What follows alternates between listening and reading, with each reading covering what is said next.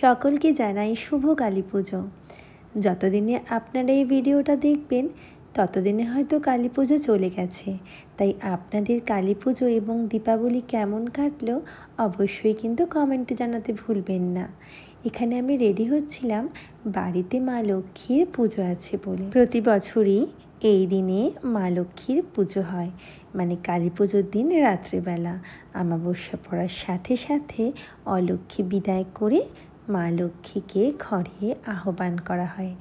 ধানের মা লক্ষ্মীকে সুন্দর করে সাজিয়ে গুছিয়ে ফল মিষ্টান্ন যুগে আজকে পুজো করা হয়। সেই জন্যেই আমার রেডি হওয়া। আমার শাশুড়ি মা বলতেন, মা লক্ষ্মী পাতার আগে নিজেকেও সুন্দর মতন সেজে রেডি হয়ে তারপরে মা লক্ষ্মী পাততে হয়। তাই তার কথা মতন আজও সেজে গুজে রেডি হয়ে তারপরেই মা লক্ষ্মীকে পাততে গেলাম। আমাদের বছরে 4 বার লক্ষ্মী পুজো হয়ে থাকে, মানে এই ধানের লক্ষ্মী পুজো হয়ে থাকে। এই কালী পুজোর দিন রাত্রে যে পুজোটা হয় সেটাকে আমরা বলে থাকি দীপান্বিতা লক্ষ্মী পুজো। দীপাবলির দিন রাত্রে হয় বলেই হয়তো এই নাম।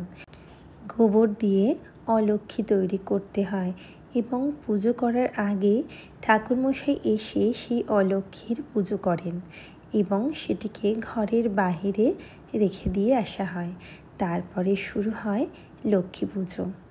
আমাদের আবার চাল দিয়ে ছোট ছোট 3 রকমের ঠাকুর বানাতে হয়, লক্ষ্মী, নারায়ণ আর কুবের দেব। তার সাথে সাথে প্রদীপ বানাতে হয় 9টা এবং 2টো বানাতে হয় শুক প্রদীপ। আর ফল মূলাদি দিয়ে সাজিয়ে মা লক্ষ্মীর পুজো করা হয়। খুব একটা বেশি বড় আয়োজন না, অল্প বিস্তরই আয়োজন। যাই হোক, এবছর 3টের সময় করে অমাবস্যা পড়েছিল।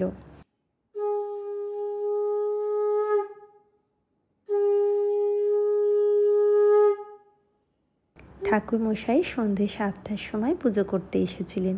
তারপরে ওনার পুজো শেষ হয়ে গেলে আমি চারিদিকে ঘরে প্রদীপ লাগালাম। তারপরে গোপাল সোনাদের নিয়ে ছাদে গেলাম একটু বাজি পোড়াতে।